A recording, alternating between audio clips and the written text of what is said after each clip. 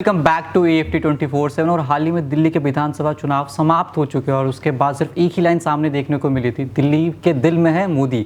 और क्यों ना, क्योंकि 27 सालों के बाद बीजेपी की वापसी हुई है दिल्ली में, भारत की राजधानी में, और इसी के बारे में हम चर्चा करेंगे। आज मेरे साथ मौजूद है रोहन शर्मा। दिल्ली में वापसी हुई विधानसभा में, आखिरकार 27 साल बाद कैसी चीज़ देख रहे हैं आप? आई थिंक ये इंडियन पॉलिटिक्स में काफ़ी बड़ा पावर शिफ्ट हम इसको कह सकते हैं, क्योंकि दिल्ली और यूपी दो ऐसी जगह हैं कि अगर वहाँ पर आपकी मजबूत सरकार होती है और आप एक नेशनल लेवल पार्टी हैं, तो आपके लिए जो अगले आने वाले लोकसभा चुनाव होते हैं वो थोड़े से उसकी राह आसान हो जाती है। अब दो चीज़ें कही जा रही थी कि बीजेपी के पास कोई स्ट्रॉन्ग सीएम फेस नहीं है और अरविंद केजरीवाल की पकड़ दिल्ली में बहुत मजबूत है। पर कहीं ना कहीं दोनों ही पॉइंट सही और गलत दोनों साबित हुए, क्योंकि बीजेपी स्ट्रॉन्ग सीएम फेस ना दिखाने के बावजूद मोदी के कारण बहुमत से जीत पाई। और अरविंद केजरीवाल एक स्ट्रॉन्ग फेस थे आम आदमी पार्टी के, लेकिन पिछले कुछ महीनों में जितनी भी कंट्रोवर्सी वगैरह हुई है उनके केस को लेके, उसको लेके नेगेटिव पब्लिसिटी बहुत ज़्यादा हो गई थी। वो फेस डल हो गया और शायद इसी वजह से वही रिपीटेड झूठे वादे, उस वजह से जो जनता थी उसका मन शायद आम आदमी पार्टी से उठ चुका। कुछ लोग ये भी चर्चा कर रहे हैं कि कहीं ना कहीं जब केजरीवाल को फील होने लगा कि वो कहीं इलेक्शन आ रहे हैं, तो कुछ ऐसे भी बयान आए थे जो बेतुके नजर आए थे लोगों को, चाहे वो जैसे यमुना को साफ करवाने के लिए मुझे और 5 साल का मौका दे, तो ऐसी चीज़ों के बाद लोगों को लगने लगा कि शायद ये जो फिर से मौका देने वाले वो इतना यूज़फुल ना हो, और शायद इसी कारण वो बीजेपी को वापस से मौका मिला है। मुझे याद है जब अरविंद केजरीवाल ने रिज़ाइन किया था और आतिशी सीएम बनी थी, तो इसको एक बहुत अच्छा पॉलिटिकल मूव कहा जा रहा था कि क्योंकि ये माना जा रहा था कि आम आदमी पार्टी इलेक्शंस फिर से जीत जाएगी, अपने फेस को साफ किया था। और जब फिर से वो जीत कर आते, वो सीएम के पद पर बैठते, तो कहीं ना कहीं उनकी इमेज फिर से रीवैम्प हो जाती, लोगों के सामने एक री इन्वेंट इमेज लोगों के सामने हो जाती। तो उसको एक काफ़ी अच्छा पॉलिटिकल मूव कहा जा रहा था, बट इट फेल्ड मिजरेबली, क्योंकि जैसे उन्होंने रिज़ाइन किया उसके बाद लोगों का उनमें से ट्रस्ट गया, और Atishi also didn't do a great job, पर फिर भी वो अपनी सीट पर जीत पाई क्योंकि शायद उन्होंने लोकल लेवल पर अच्छा काम किया था। एक चीज़ जो फेल नहीं हुई इस बार वो थे एग्जिट पोल्स। हम पिछले काफ़ी इलेक्शंस कवर कर चुके हैं साथ में भी, और एक चीज़ जो हमें हमेशा देखने को मिलती है, जो एग्जिट पोल्स आते हैं जो हम अनुमान लगा के बैठते हैं वो नहीं दिखती हैं, बट इस बार आखिरकार जो एग्जिट पोल्स थे 90% करेक्ट हुए हैं, जो काफ़ी ज़्यादा स्ट्रेंज भी है और अच्छी बात भी है यूँ कहूँ तो, क्योंकि कहीं ना कहीं जो एग्जिट पोल्स होते थे जो आते थे, लेकिन जब इलेक्शन इस बार के चुनाव के बाद जो एग्जिट पोल सामने आए थे उसके बाद मेरे को खास करके ये लग रहा था कि एग्जिट पोल्स तो फिर भी गलत हो सकते हैं, क्योंकि पिछले बार से काफ़ी बार से हो रहे हैं और बीजेपी नहीं आएगी, लेकिन इस बार आई है। बिल्कुल, जैसे हमने लोकसभा के एग्जिट पोल्स देखे थे उसमें तो कुछ 400 पार भी दिखा रहे थे, फिर हरियाणा और जम्मू कश्मीर के हुए उसमें बीजेपी हारती हुई दिख रही थी, हरियाणा में भी।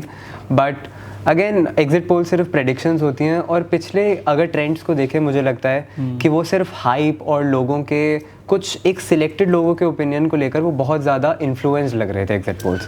बट आई थिंक इस बार उन्होंने भी काफ़ी कैलकुलेटेड तरीके से एग्जिट पोल्स बनाए, शायद अपनी गलतियों से सीखा, and that's nice. Sample size काफ़ी बड़ा लिया होगा इस बार शायद, और दिल्ली के कोने कोने तक गए होंगे। लेकिन दिल्ली के चुनाव जब भी होते हैं ना कहीं बहुत सारी बातें होती हैं, चाहे वो यमुना का मुद्दा हो, चाहे प्रदूषण का मुद्दा हो, और जब भाजपा क्लेम कर रही है कि इन चीज़ों को सुधारा जाएगा, लेकिन कैसे सुधारेंगे अभी तक ये चीज़ सामने इसलिए भी नहीं है क्योंकि शायद उनके पास अभी भी चीफ मिनिस्टर का फेस नहीं है।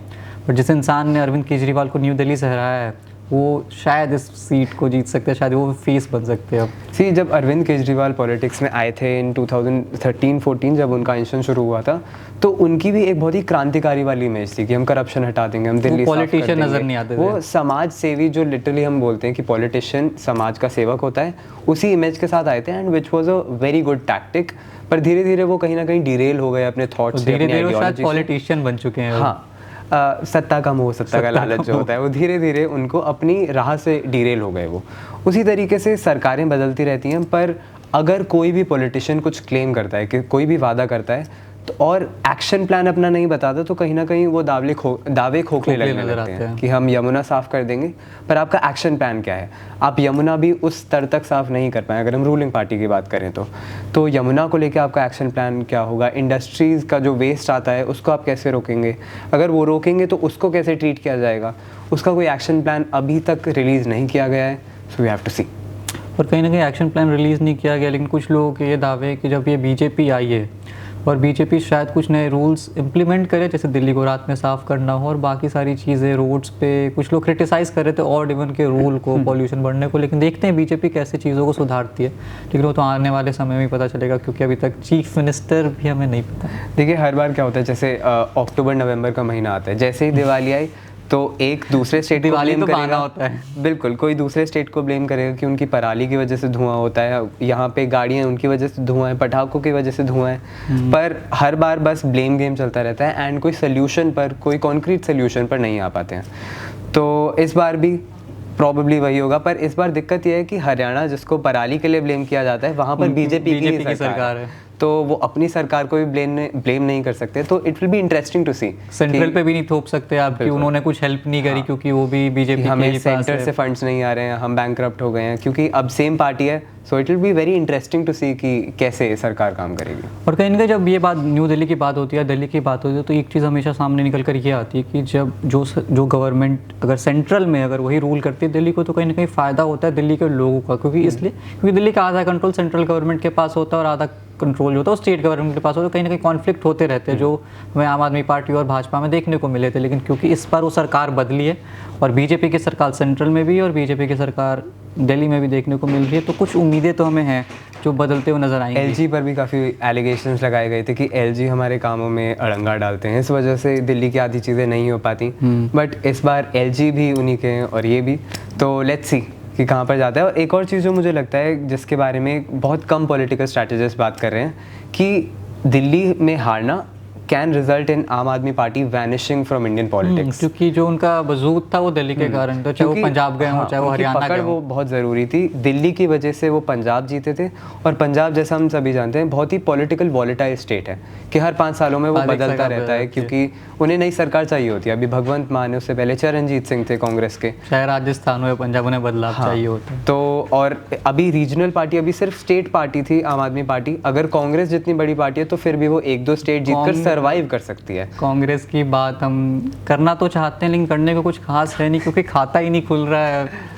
आई थिंक कांग्रेस अब एक्सेप्ट कर ले रही है कि अच्छा ठीक है, हमारी 0 सीट आई, हम फिर भी खुश हैं। आ जाती 1-2 तब भी खुश रहते। आ जाती 1-2 सीट तो ऐसे उनको फील होने लगता है कि शायद वो सरकार बना रहे हो, क्योंकि जब वो शुरुआती रुझान आना शुरू हुए तो वो 1-2 सीटों पे आगे जब चल रहे थे तो उनके कुछ लीडर्स, उनके कुछ कार्यकर्ता ऐसे रिएक्ट कर रहे थे कि हमने तो बहुत बड़ी जीत अर्जित कर ली और हम कंट्रीब्यूट करने वाले आम आदमी पार्टी को हेल्प करने वाले हैं, जबकि सरकार बनाने के लिए अभी टूटा था इंडिया।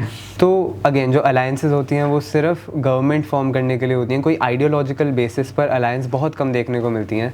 एंड अगेन वही कि राहुल गांधी जब आते थे सरकार में आना चाहते थे तो उन्होंने आम आदमी पार्टी के साथ अलायंस की। अभी वो खुद बयान दे रहे थे दिल्ली इलेक्शन से पहले कि आम आदमी पार्टी, अब उन्हें दिल्ली में जीतना था आम आदमी पार्टी को, तो उन्होंने सरकार तोड़ ली क्योंकि वहाँ पर उन्हें सरकार साथ में चलानी नहीं थी। बट सवाल वही निकल कर आता है कि राहुल गांधी ने क्यों तोड़ी अलायंस, जब उन्हें पता था कि 1-2 सीट्स आएंगे। लेकिन जब दिल्ली इलेक्शन खत्म हो चुके और जिस इंसान ने अरविंद केजरीवाल को न्यू दिल्ली में हराया वो परवेश वर्मा, और उनकी बात ज़रूर होनी चाहिए क्योंकि शायद अब वो चीफ मिनिस्टर का फेस बन के निकल सकते हैं।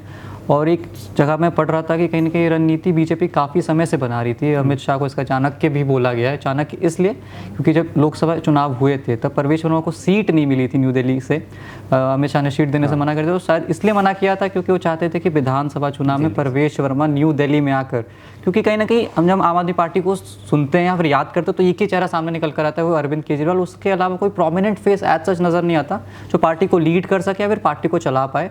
और शायद अमित शाह ने यही रणनीति बनाई होगी, चाणक्य ने वही रणनीति बनाई होगी, अगर हम राजा को ही घेर लेते तो बाकी सारे लोग ऐसे ही हार जाएंगे। और उन्होंने परवेश वर्मा को यूज़ करके वही किया। अरविंद केजरीवाल हारे, मनीष सिसोदिया हारे, सब हार ही गए। अवध ओझा सर की बात की जाए तो उनका डेब्यू था पॉलिटिक्स में, और डेब्यू करते वो क्लीन बोल्ड हो गए। और जब वो बाहर निकल कर बात कर रहे थे तब उन्होंने कहा ये मेरी व्यक्तिगत हार है, वो पार्टी के बारे में बात भी नहीं कर रहे थे, जो काफ़ी ज़्यादा स्ट्रेंज लगा मुझे। बट मुझे ऐसा लगता है कि आम आदमी पार्टी सोर लूजर जैसा बिहेव नहीं कर रही जैसा कांग्रेस कई बार करती है कि ईवीएम हैक हुआ, ये हुआ। अरविंद केजरीवाल ने एक्सेप्ट किया कि हम ऑपोजिशन, एक अच्छी ऑपोजिशन बनकर आएंगे।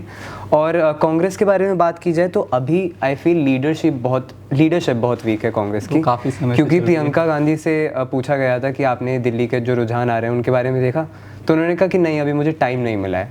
तो आपकी पार्टी दिल्ली का इलेक्शन लड़ रही है, उसका रिजल्ट आया है और दोपहर के 12 बजे तक आपको पता ही नहीं है कि क्या हो रहा है। सो इट शोज़ कि आप कितने रिस्पॉन्सिबल, कितने आर्टिकुलेट हैं अपनी पार्टी के बारे में। कहीं ना कहीं आप बात कर रहे थे कि आम आदमी पार्टी वैनिश होती जा रही है, लेकिन जो वैनिश होते जा रही है एक्चुअली में पार्टी वो कांग्रेस है, और सच में होती जा रही है। क्योंकि जैसे जो बातें आपने बताई हुई दिखाता है कि वो शायद इंटरेस्टेड ही नहीं है। और जब इतने बड़े लेवल पर अगर इंटरेस्टेड ही नहीं होगे तो फिर कहीं ना कहीं कमी तो नज़र आने ही लगेगी। कांग्रेस की जो डायनेस्टी टाइप की लीडरशिप है कि जो एक ही फैमिली से लीडर्स आए जा रहे हैं। आपने नाम के लिए मल्लिकार्जुन खड़गे को लीडर बनाया, पर जो आपका मैनिफेस्टो था उसमें सिर्फ 2 लोग थे कवर पेज पर, मल्लिकार्जुन खड़गे और राहुल गांधी, जिनकी पोजीशन भी कोई क्लियर थी नहीं।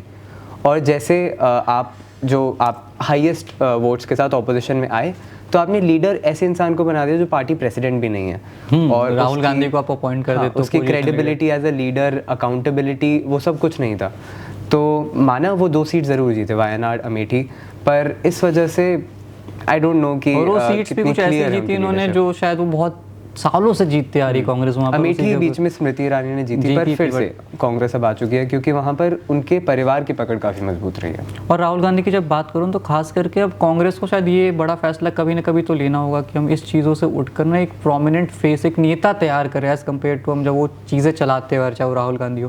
क्योंकि कहीं ना कहीं जो राहुल गांधी का फेस बन चुका है ना, वो इतना अच्छा फेस रहा नहीं है, कहीं ना कहीं लोग उनके ऊपर विश्वास करते हुए नज़र नहीं आते हैं। मैं अभी इसी राहुल गांधी की जो पूरी हिस्ट्री रही है पॉलिटिक्स में, उनको कम से कम 20 साल हो गए हैं पॉलिटिक्स में, तो मैं उसी पर रिसर्च कर रहा था। और उसमें जब वो 2004-05 में उन्होंने पॉलिटिक्स ज्वाइन की तो वो एक युवा नेता उभर कर आए थे, और अब वो 40-50 साल के हो रहे हैं तब भी वो युवा नेता ही है। तो अगर ये देश 50 साल का युवा नेता चूज़ कर रहा है तो we really need to figure out कि हमारे यंग लीडर्स होंगे कौन, कि 50-60 साल के लोग जिनकी वही नीतियाँ, वही रिजिड थिंकिंग है, या फिर नए लोग जिनकी मॉडर्न थिंकिंग या रेवोल्यूशनाइज करने को आगे देखें।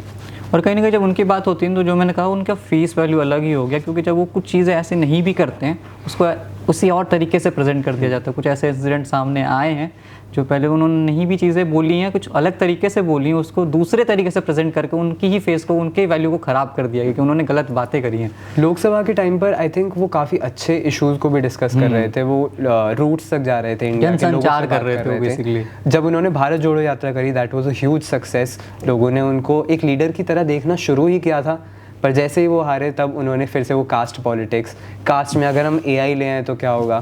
सो आई थिंक वो पॉइंट्स काफ़ी बेसलेस हो जाते हैं, और फिर वो आपकी जो क्रेडिबिलिटी होती है ना एज ए लीडर, वो सिग्निफिकेंटली काफ़ी कम हो जाती है। और इसी कारण कांग्रेस कहीं ना कहीं वो डाउनफॉल फेस कर रही है। साउथ में अभी भी उनकी पकड़ है, लेकिन कब तक पकड़ है वो भी देखने वाली बात होगी। लेकिन दिल्ली इलेक्शंस में तो उन्हें हार का सामना करना पड़ा। लेकिन अरविंद केजरीवाल की मैं बात करें, आम आदमी पार्टी की, अतीशी तो जीती लेकिन बाकी सारे ही प्रोमिनेंट फेसेस हार गए। और हमने बहुत सारी बातें कर ली, लेकिन आखिरकार मेजर मुद्दे क्या ही रहे होंगे जिस कारण वो हारी है, except Yamuna, we all know. एक चीज़ जो मुझे लगी वही, जैसे आपने बोला कि बार बार सेम वादे आप करें, फिर आप बोलें कि हम जो बूढ़े लोग हैं उनके अकाउंट में 2500 रुपये डाल देंगे, जो हमें वोट करेंगे हम उनको पैसे देंगे, तो फिर आप एक बहुत ही लो स्तर की पॉलिटिक्स पर चले जाते हैं कि अगर आप पैसे और चीज़ें बांट कर वोट्स मांग रहे हैं तो आपकी नीतियाँ खोखली हैं, आपके वादे खोखले हैं, आपके लीडर उतने रिस्पॉन्सिबल या आर्टिकुलेट नहीं रहे, उनमें उतना भरोसा नहीं रहा। और जो सबसे बड़ा मुझे पॉइंट लगता है वो यही था कि भरोसा उस सरकार से जा चुका था। पिछले 10 सालों में जो वादे हुए उनमें से आपने सरकार में आके सरकारी स्कूल अच्छे किए, मोहल्ला क्लिनिक्स बनाए, पर उनके अलावा क्या? आप 10 साल से अगर वही गिनाते रहेंगे तो लोगों को भी नई चीज़ें चाहिए अपने फ्यूचर को सिक्योर करने के लिए, और वही चीज़ मिसिंग थी। और कहीं ना कहीं जब मैं बात करूँ ना फेस की, या फिर वो हारते हैं और फिर वो जो वादे होते हैं वो पूरे नहीं होते, वो चीज़ें नज़र आती हैं। जैसे अरविंद केजरीवाल ने क्लेम किए हैं, कहीं ना कहीं उनकी चीज़ें वायरल होने लगी थी कि वो फिर से मांग रहे हैं 5 साल का समय, वो हार जाते हैं। स्कूल्स वगैरह उन्होंने सही तो किया, लेकिन बाकी जो इंफ्रास्ट्रक्चर है, चाहे वो रोड का हो, जो ट्रैफिक जाम्स दिल्ली के होते, काफ़ी मेजर इशूज़ है। पॉल्यूशन काफ़ी बड़ा इशू है, जिस पे उन्होंने कुछ रूल्स लाए थे। ऑड इवन का जो रूल था, जो बहुत लोगों को सेंसलेस लगे थे, क्योंकि अगर ऑड इवन आप गाड़ियाँ कर दोगे तो कहीं ना कहीं आप आगे जाते हो। लेकिन जब हारते हैं, स्वाति मालीवाल की बात ज़रूर होती है कि वो ऐसा, उन्होंने गेम चेंजर का काम किया है इस इलेक्शन में। उनको इस इलेक्शन में द्रौपदी का नाम दिया जा रहा था, जिन्होंने दूसरी सरकार, मैन ऑफ द मैच कह सकते हैं, सिंगल हैंडेडली दूसरी सरकार को गिरा दिया। एंड आई थिंक उनका कंट्रीब्यूशन भी रहा है, क्योंकि जैसे सुब्रमण्यम स्वामी हैं बीजेपी के, तो वो जब बोलते हैं उनकी बात सुनी जाती है कि ये सेम पार्टी कर होकर अगर अपोज कर रहे हैं तो इनके पॉइंट्स होंगे, कुछ वैलिड एलिगेशंस होंगे जो कि जनता सुनती है, समझती है, और फिर अपने आप से एनालाइज करके, जैसे स्वाति मालीवाल ने दिल्ली का कूड़ा अरविंद केजरीवाल के घर के सामने डाल दिया, तो दैट शोज कि that was a very strong political move कि कचड़े हैं दिल्ली में, वो है, और उसी चीज़ को आप सुधार नहीं पा रहे हो, वो आपके सामने नजर आ रही है। और कहीं ना कहीं it's like Rohit Sharma was playing for Chennai super Kings, और चेन्नई सुपर किंग्स जीत जाती है। बट ये थी हमारी बात दिल्ली इलेक्शंस के बारे में। ऐसी और वीडियोस के लिए देखते रहिए AFT 24/7।